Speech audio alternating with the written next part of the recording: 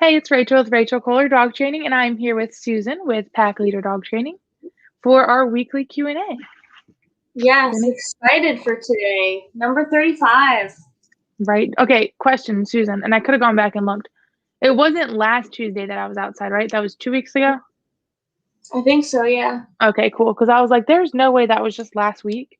But then as I was thinking it, I realized. Yeah. No way. Okay. I have like no memory of last week's Q&A then. So how are you, Susan? So well. It's nice and humid here. Oh, it's extra humid here as well. The heat is one thing.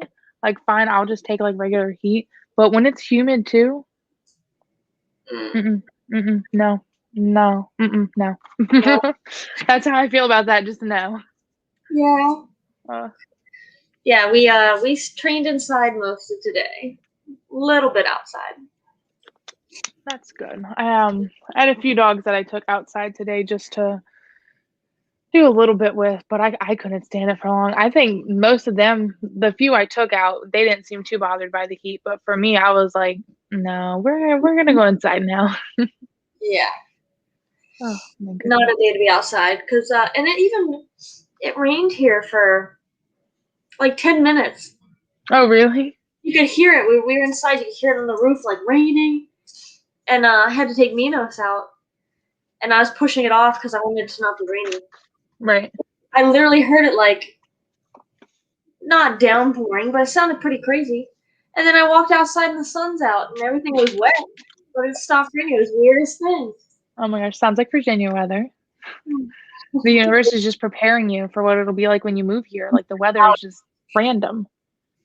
Yeah, I'll be ready for when I move. Yeah, see, the universe is just helping you out. I've like it's been such a long week. And not that I ever usually have questions. But I've got no questions, no even thoughts. Oh, come on. I know. I was sitting here. I was like, let me try and think of something on the spot, but like, it's not at a place where my brain is right now. So anybody watching, feel free to ask your dog training questions. Anything. There's no silly question. Because that'll just give us something to talk about. I have a question for you. Okay. What is Emily says, I saw you did a groom. How's that going? So yes, thank you, Emily. I did do my first full groom yesterday with Mr. Oliver. Grooming is a new skill I'm learning. So he was a little choppy, but for my first groom, it wasn't too bad. That's not something I'm like super formally offering at the moment because it was really choppy. You know, nobody should be paying for a groom that looks like that. But it's a skill I'm practicing. So it was cute though. He did look pretty cute. And then I had him for puppy program today, and I just couldn't stop looking at him and thinking, I need you to look like that. But it was a lot of fun. So keep an eye out for my progression of my grooms and how they get better with each dog. Let's see. Lauren McNamery maybe asks. I'm really bad with names.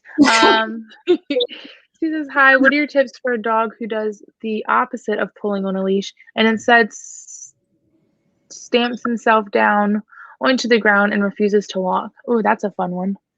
That is fun because no one ever asks us that. All the dogs pull. Now this is pulling, but just like right to go in front of you is like pulling not to go. Honestly, the prong collar is like the best friend. I showed this with people I just did a consult with. So dogs have what's called an opposition reflex. So if your dog doesn't want to do something and they feel pressure, whether it be on a harness or a flat buckle or pretty much anything that's not a prong, enough. My dog's licking herself excessively. Anyway, if your dog doesn't want to do something, so you're walking and your dog just plants herself and you put pressure to get her to come towards you, that puts all of the pressure, if she's wearing a flat buckle, that puts all the pressure on the back of her neck, and then she's going to pull away from you. Same thing with a harness. So it's going to put all that pressure on a certain spot on her, and she's going to pull against that. So that's an opposition reflex. They're going to pull against that pressure. If you have a prong collar, I always introduce dogs to the prong collar. It takes like a minute, 2 minutes to do it. But you're going to train her to yield to that pressure. So when she feels pressure with the leash, she's going to move towards your hand, like towards the handler. You don't get the opposition reflex with the prong collar because it displaces the pressure around the whole circumference of the neck. So rather than her feeling it all here and pulling like against it, she's going to feel it around her whole neck, and she's just going to come towards you. What do you think, Rachel? Well, I will jump in and kind of add to what you're saying a little bit. So, I think you're less likely to have that opposition reflex with the prong collar. We still have to teach the dogs to yield to that pressure. So, depending on the dog, some are more naturally going to quickly move towards that pressure. Some are going to stay stationary. So, pups wearing the prong collar, they put the brakes on, they're holding their ground, right? You apply that pressure. They might naturally be like, oh, that's a new feeling, move towards it. You want to make sure you release that pressure so they know moving towards it, turn it off. Now, your dog might just be stationary or add more. They might add slight pressure, but they're not going to pull on it like they would a flat collar, like you were getting at. But they might just sit there because now they feel this pressure and they don't know what to do. So at this point, it's important to hold that pressure steady. Because if we just say, well, my dog's not moving, and we let go of pressure, your dog learns standing still, turn that pressure off. So like Susan was saying, you're going to apply that pressure with the prong collar and wait for your dog to move towards you. Once they move towards you, then you're going to let go of that pressure, and that light bulb clicks. Moving towards this pressure turns it off. And that's what you were talking about, how you do the introducing the prong collar and do the prong collar dance. But again, just to reiterate, you have to make sure you turn off that pressure when the dog moves towards you, because this is the thing I've seen a lot of my owners struggle with before I come in. That you want to keep going. You've got places to be. So you're walking, you put on pressure, your puppy starts walking with you, so you keep walking, but they didn't have time to catch up, so now they're feeling constant pressure. The dog thinks, forget this. I get pressure if I move with you and if I don't. So it's very important that you just make sure you let go of that pressure when they move towards you. I know, little side rant there, but yes. But yes, that's how I would do it, just training them pressure on, pressure off with the prong collar. You put the brakes on, I'll put on pressure. Question, Lauren. Is this about, I don't remember her name, but is this about the corgi? The really cute, like, yeah, there was a corgi at Francis's house when we did his last lesson. And I thought that was her story, is that she put the brakes on during the walk. I think she's like an 8-year-old corgi. But she's super like mellow. Yeah, it's a corgi. She's a cute girl. Aw. Well, I hope that helps. A very stubborn, obstinate corgi. Hopefully pressure on, pressure off can teach her a little bit for you. Side note, Miss Amy, in reference to Oliver, the pup I groomed, said he looks great. So thank you, Amy. I'm not gonna lie, I was looking at the before and after pics for a while. It was pretty fun. It was fun. He looked like a ragamuffin at first. He got a little muppet. His hair grew so long. I know. I told her, and he's only, don't quote me, I think 5 months. And I'm like, wow, his hair grows fast. He's a 5-month-old, and he already looks like he's just got like a life of just. He's been through a long life, very raggedy. Really cute though. He's a sweetie. He's fun. And what'd you do today with him? Because you had him. Yeah, so I had him today. He's doing puppy program with me until he can start my obedience course, my hands-off training course in July. So we worked on kennel drills with him. So we started those before, with just luring him into the kennel and into a down. So we've done that a bit, and his parents have been great, and they've been doing that with him for homework as well. So what I did today is I want to start phasing out my lure and adding in the name kennel. So we did that a bit today. I would lured him for a while to prime him, and then got him to the point where I'm saying kennel as he's going in and lying down, and then I reward him. And then I'm having him stay in there until I say break. So I'm rewarding periodically for the duration I was getting, and then would release him and go again. But he was getting the hang of it. It was really cute. That's so great. And then I started to introduce him to the out command. I don't usually do obedience training with my puppy program dogs, but Oliver is a little sassy and is showing some signs of resource aggression. So we are definitely going to be working on out a lot. So I wanted to give him a jump start on that. Oh, that's Yeah, awesome. he's a sweetie, and I'll tell you real quick before I read this question, I can tell he wants to learn because of how quickly he catches on to things. And you know when you look at a dog and you can like see their gears turning? Yes. That's him.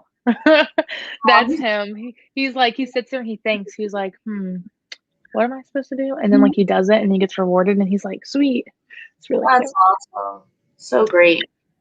All right. So I've got another question from Lauren. She says, second question. What are your tips for the same stubborn corgi who also alert barks at any loud noises or kitchen appliances like the air fryer? We've been using a beat collar and it's helping somewhat, but she's still very reactive. Oh, my computer's gonna die. Oh, yeah, plug that in. Don't leave me. Don't leave me here. Leave me live on air. You got this. Okay, so alert barking. Usually, if you want to stop a behavior, you punish it, right? So, like jumping, you punish; barking, you punish. So that's essentially what you've been doing with the beat collar, because you add in this beat, and that's supposed to kind of like interrupt her and then have her stop. So that's why sometimes it probably works, sometimes it probably doesn't, because sometimes she's probably too aroused to like notice, and other times she might notice it and stop. I tend not to use noise collars really, because you get those kind of results that are like sometimes works, sometimes not. If it's for something that so let's say the loud noise, the air fryer, like if you know you're going to do it, you can set her up to expose her to this noise. But I'm a trainer that tends to default to I want to teach you something you can do before I just go blindly punishing you for something that you shouldn't do. That makes sense. So I might teach you like a place command, like a nice solid place command. And then when we're doing our air fryer thing, you're going to be on place. We've done place for like last week. Awesome. Now place is taught to be like a nice calm place. Place. Mm-hmm. So you just lay there and it's like a meditation spot for dogs. You just go there and sleep. My one dog Lil's in place right now.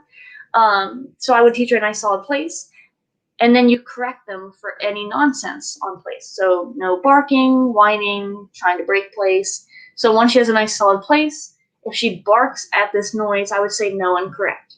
Now, what are you going to correct her with? That's your personal choice. For barking, honestly, I might do a bonker or compressed air. A bonker is just like a rolled up towel. It's just an interrupter. I had a dog that barked crazily, and the bonker worked because the owners had already tried the e-collar. They would like just shock him, like correct him, shock him every time he'd bark, and it didn't work. So it's essentially an interrupter. It's just a rolled up towel. You say no, bonk, throw it at the dog. Alternatively, instead of teaching place, if she's kennel trained, so what I had to do with the dog that I trained for barking, he would bark at the door, and it was awful because straight punishment didn't work. So I don't know her. I know she's like 8, so she has a lot of pictures of doing this bad behavior. You can start her away from the trigger to start. So Took, I had him in a kennel 2 rooms away from his trigger. All you have to do is be in that kennel and just not bark. So if something goes off that makes you bark, I would say no and bonk the kennel, or no and compressed air through the kennel. And then you slowly increase the distance, you decrease the distance between the dog and the trigger. So that might work for her is if she can be in a kennel and be calm. I don't know if she's kennel trained at all. But that way you can start her just existing. You don't have to be in a command. You can be in your kennel. You just can't bark. And if you do bark, I'm going to say no and punish. or a teacher of the place come in and hold her accountable for good behavior on place. Mm-hmm. But what about you, Rachel? Yeah, so I completely agree with everything you said, helping helping her out, giving her something to do instead. Because, first thought right out the bat, before we even dove into all the good stuff, is that beep, I wouldn't consider that a correction or a punisher. I would consider that more of like a disruptor. The bonker is really fun because it's kind of both. You get that bonk, and that bonk doesn't hurt, but it's that disruptor, and that to a dog is enough to kind of count as a punishment and a disruptor to me. For me, the beep is just like a sound that the dog's easily just gonna like not hear, tone it out, don't care. So you could just go the route of finding a new punisher that is valuable to that dog. Finding what she values as, hey, this happens when I bark. I don't really love it when this happens, so I'm gonna not bark anymore. You could definitely go that route. But I like what you say more because, again, so we correct the barking. What are you going to do then? So you can't bark, but you've got this built up anxiety because blah is happening. So you're going to go chew up my rug now? Like, what is the after effect of that? So I definitely agree with training that place and then doing conditioning to it as well. But just be aware, when you have to correct for barking still, even with place, you're going to need to find a correction that she finds valuable. Because she just might at this point be so desensitized to the beep that it doesn't affect her at all. Right. And it's interesting because she triggers with loud noises. Mm-hmm. And so I wouldn't use a noise to for that because that just might make her bark more. You know what I mean? This is another noise. Right. But yeah. Go ahead. Sorry. I was going to just read the next comment. She said, thank you. We got her as 5-year-old and she's incredibly stubborn. So breaking some of her habits has been difficult. This is super helpful. Yeah, I hope. And I hope that the advice that Susan gave and a little bit I said can help with her. Cause that's the thing. It's because the expression, that like, I get it all the time. Can an old dog learn new tricks? Yes, they can. But we talk all the time about dogs thinking in pictures. So while if I get a puppy and they've barked at the air fryer 3 times in their life, they've got a little bit of pictures. They've only got 3 pictures of doing that. So I can layer on a bunch of pictures of you not barking at the air fryer. And you're going to forget about that really quick, right? Your dog's 8 years old. She's got a lot of pictures of barking at the air fryer. So it's just going to take more to chip away at that memory, more to chip away at that pattern and that behavior. But yes, an old dog can learn new tricks and, learn to be better. Yeah. And if she's food motivated, right? So cross our fingers that she likes to eat. You can use food to desensitize her. So not only do we have to it's not just about, depends on the dog. But like for the dog Took that I had did it. Sorry. I said we, but not we. But we did everything with him. It was like a smorgasbord of all of the things in one to get him where he needed to be. He was fun. Yeah. I couldn't punish him for barking.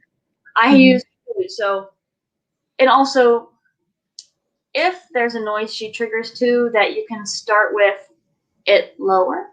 So like he triggered he barked when I knocked on the door. And I could just I would do this.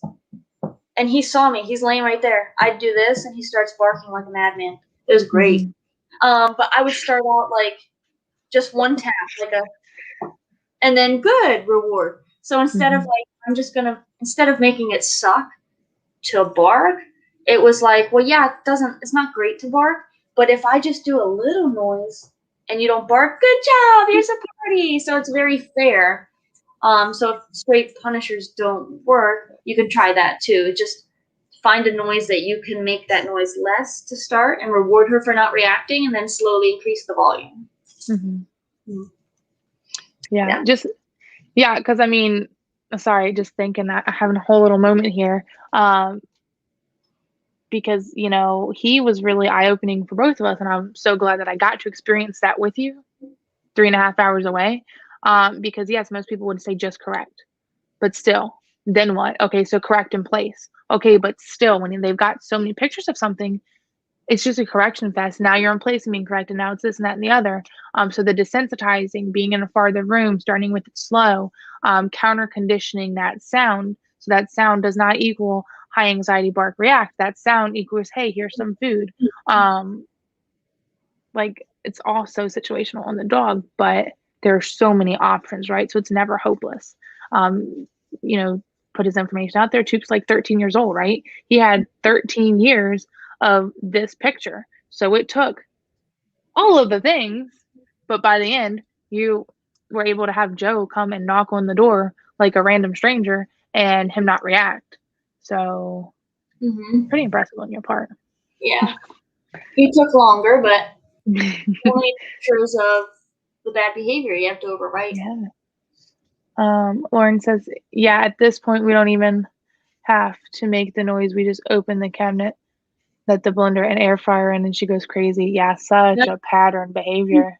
So that would be fun for me to tackle. I know. That was my first thought too. Like, okay, so we're starting way in the beginning. Yeah. So I'm going to teach you a nice solid place, girl. Place is going to be your best friend. You just lay there on that bed. Great. Now I'm going to walk like I'm walking to the cabinet. You don't bark? Good. Turn around, reward. Do that like 5 times, okay? Not a big deal. Walk closer to the cabinet. Don't bark? Good, reward. Walk closer to the cabinet. Bark? No, correct. With bonker or compressed air would be go-tos probably. Yeah, that's similar to what I had to do with Luna, my dog I have now in training. She goes nuts so at the door. Actually, I had to do with Aslan too. But Luna, like just first session, she was on place in the room at the front door. I like took one step towards the front door and she lost it. And I'm like, okay, so we're gonna take this very slow. And I did exactly that. I one step was exaggerating, but still wasn't close to the door at all. So we took a step back and I would take like step to the door, back to her, good job. Couple steps to the door, back to her, good job. And like slowly build that up. And for her, like just doing that, boom, next session, she was like, okay, cool, I get this game. And then same thing with Aslan. Just to add in there quick, we're just going into a big old, this is just a discussion about, could you tell me your corgi's name? I don't know if you said it yet, and I'd like to be able to refer to her. Anyway. I know, I was thinking that too. I'm like, I haven't called her anything. Like, this is just a session for, I don't remember her name. And you know what? I'm going to interrupt you here really quick because it should be, like, we're doing these free Q&As, and, like, I want people to join. Like, you can join in and get 30 minutes to an hour worth of us talking about your dog because we're here. So join our Q&A and ask us a bunch of questions. What were you going to say something before I read the next one? No, go ahead. Okay, sorry. She says the compressed air has been amazing for us. Used it maybe 6.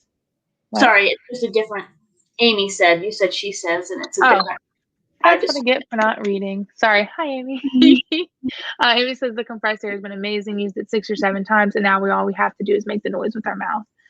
Yeah. So Oliver, bad puppy biter. And I think that's what they were using it for, but I think they also, no, I think she told me when I saw her yesterday that just kind of anything that he needs a no correction for. But yeah, I love the compressed air, and thank you, Susan, because you were the one who introduced that tool to me. Now I just need to find one that doesn't keep breaking. But that's the point. Yes, compressed air is awesome. There's a spider. Yeah, okay. Awesome. Oh, what I was somebody help me. So,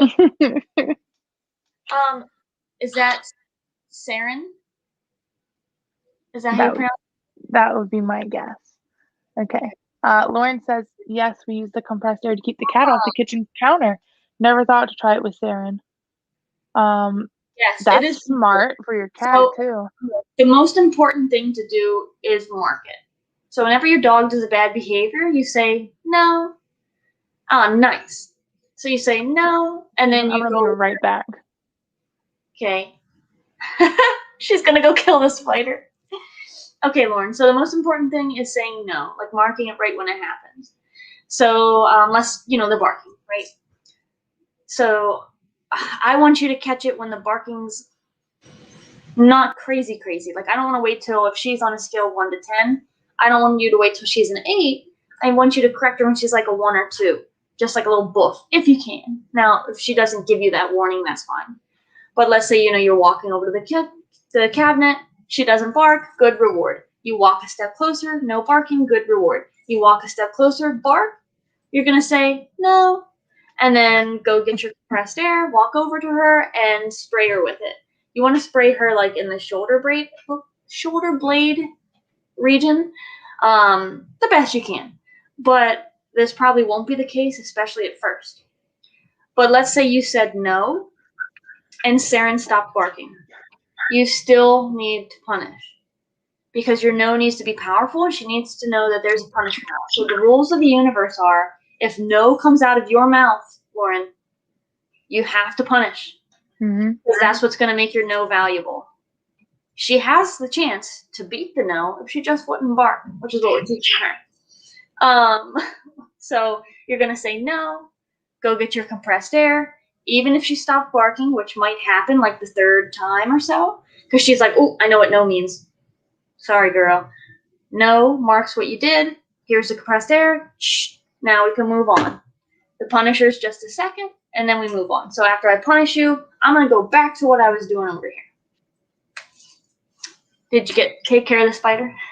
Yeah, I think I got it, but I don't see it, and I'm still scared.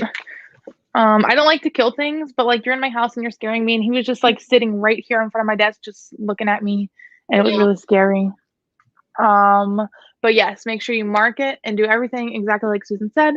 And then, yeah, sorry if you stopped. Great. Thank you for like, knowing you should stop, but you still did it. So there's still a consequence, and that's how we don't make our nose that's how our nose won't lose value. And then it's really clear every time you do this, there's a consequence. So you should not do this.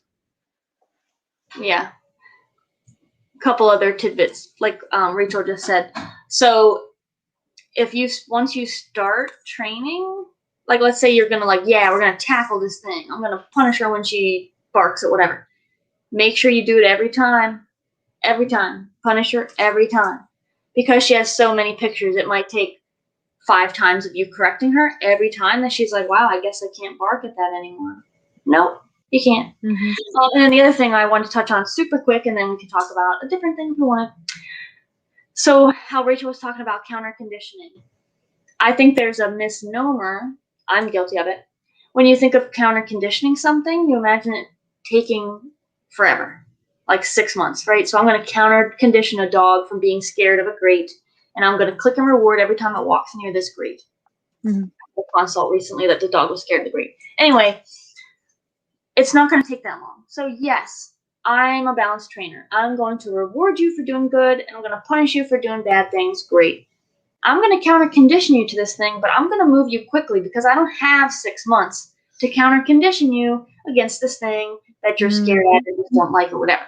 You literally read my mind. I'm going to counter condition you, but we're going to move a little quicker, right? So let's move through this quickly. I'm not just going to move an inch. If we're talking about Saren, I'm not just going to move like an inch towards the cabinet, good reward, an inch closer, good reward, an inch closer, good reward, and now we're done for the day and we do it again tomorrow. No, I'm going to move like a step or 2. Don't bark, good reward. So that's what I mean. You don't have to take forever in a day just because you're counter conditioning. It's like a happy medium. It's pretty funny that you said that, because like I didn't think about it until you started saying it, but I'm like, yeah, because in the force-free, positive-only community, they can't risk the dog barking, because the dog barks, nope, they're over threshold, we're done for the day. It takes 6 months. So yeah, that first day, if I know this is such a big trigger for you, I'm not going to walk straight up to the cabinet, rip out the blender, and be like, sucks to be you. Use the blender, right? We're going to take it slow. I'm going to really show you that it's good to be on here and not bark. But again, we don't have 6 months, because Susan over here is a baddie and trains dogs in 2 weeks. She doesn't have 6 months to be counter conditioning you guys. So she's going to take a couple steps. I'm going to give you a chance, going to show you how awesome it is to not bark. But the opportunity is there, because I'm taking a step or 2 to the cabinet at a time, And if you make it a good choice, I'm going to reward you. But if you don't, there's that consequence. But yes, that's why like being a balanced trainer is awesome, because it's literally a balance. It's super great. Look, and just like that, it's 6:30. Can I say how awesome this new time frame is? It's awesome. Because we had people asking questions. The questions like wrapped up perfectly. Thank you, Lauren, for all of your oh, can't talk. Thank you, Lauren, for all of your amazing questions. It gave us lots to talk about, which was awesome because I was not prepared with any, and poor Susan always has to think of them. So thank you. And Amy, thanks for joining as well. Lauren says thank you. But yeah, that's it for this week's Q&A Tuesday. We'll be here next week, same time, same place, 6 o'clock, live on Facebook and YouTube. Join us and ask your dog training questions. Yeah. Thanks. I don't remember our ending. You can follow us on blah, yeah. blah, blah. Yep. So follow us on Facebook, Instagram, and YouTube at Pack Leader Dog and Rachel Fuller Dog Training. Everybody have an awesome night and happy training. Night.